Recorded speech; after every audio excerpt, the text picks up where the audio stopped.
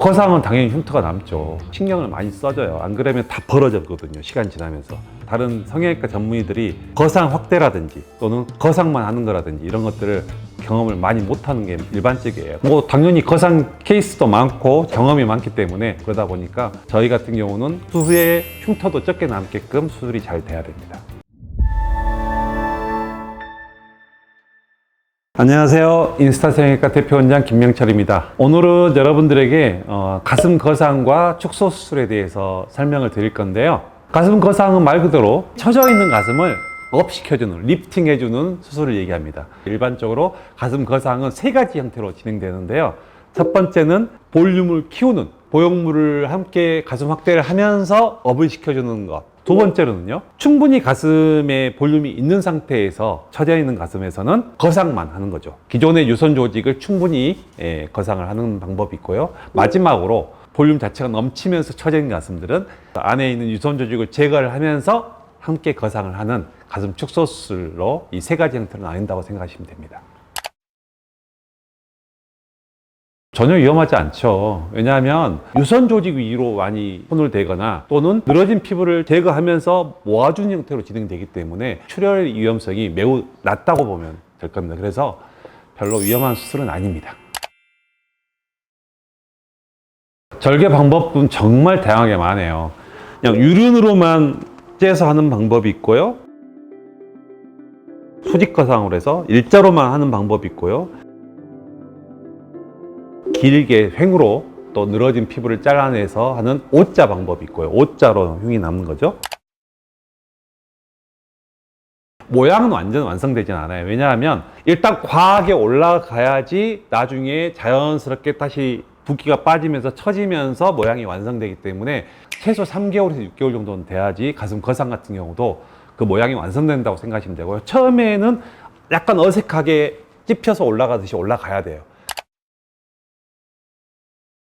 네, 너무 큰 분들은 축소를 하면서 거상을 하는 거죠. 그래서 실제로 유선 조직을 많게는 한쪽당 400에서 500g 정도까지 제거도 합니다. 굉장히 많이 크게 제거하는 거죠. 그래서 그런 가슴 축소 환자분들도 은근히 좀 있는 편이고요. 근데 그래도 우리나라는 많이 없다고 생각하시면 돼요.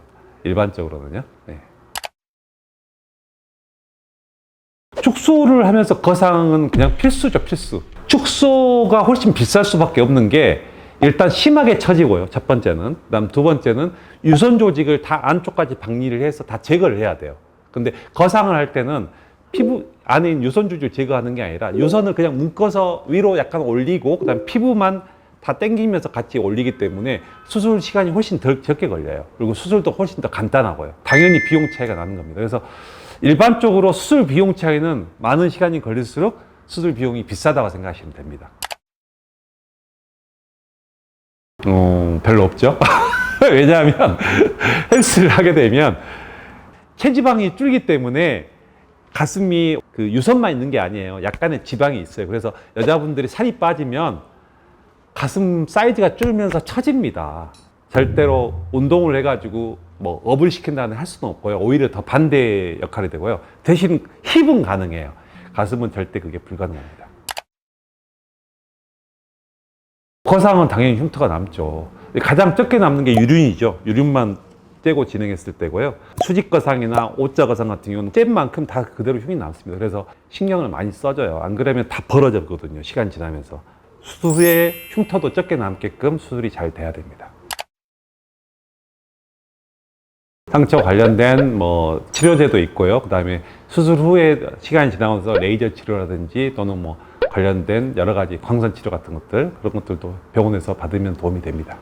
살성이 좀 안 좋으신 분들은 초반에 흉이 안 보이다가도 나중에 한 4개월, 5개월 되면서 오히려 흉이 더 심해지면서 돌출된 흉이 생기는 분들도 드물게 있습니다. 많지는 않지만요. 그런 특별한 분들을 제외하고는 일반적으로 시간이 지나면서 점점 좋아진다고 생각하시면 되고요.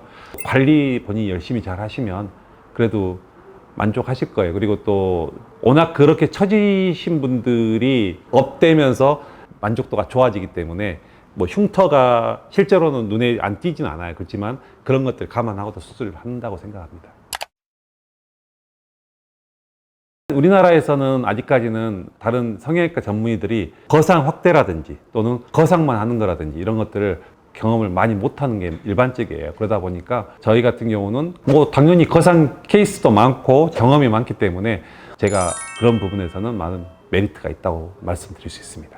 흉터 관련해서는 되게 할 말들이 많은데 저희 같은 경우는 모든 수술에서 사후 관리는 정말 잘해드리는 편이거든요. 가장 중요한 사후 관리가 하나가 바로 흉터예요. 가슴 거상에서도 이제 이런 부분들이 당연히 있을 수밖에 없고요. 뭐 돌출된 흉터를 주사를 맞는다거나 또는 레이저를 깎아준다거나 또는 정말 벌어진 흉터가 생길 수도 있어요. 각 환자에 따라서는. 또 그런 경우는 흉터 성형을 저희가 항상 무상으로 마무리해 드립니다. 그러다 보면 또 아주 좋은 결과로 해서 환자분들이 웃고 가는 경우도 많고요. 저희가 가슴 거상과 축소에 있어서 환자분들에게 어느 정도 최대한으로 만족할 수 있을 만큼의 사후 관리를 잘 해드리고 있다는 점 여러분들 한 번 더 알아주셨으면 감사하겠습니다. 이상으로 오늘은 가슴 거상과 축소에 대해서 여러분들에게 설명을 드렸고요. 많은 도움이 됐으면 좋겠습니다. 혹시나 여러분들 궁금한 사항이 더 있거나 물어볼 부분들이 있다면 저희 채널에 댓글을 달아주시거나 아니면 저희 병원 카페에 게시글로 질문해 주신다면 제가 성심성의껏 답변을 해드리도록 하겠습니다.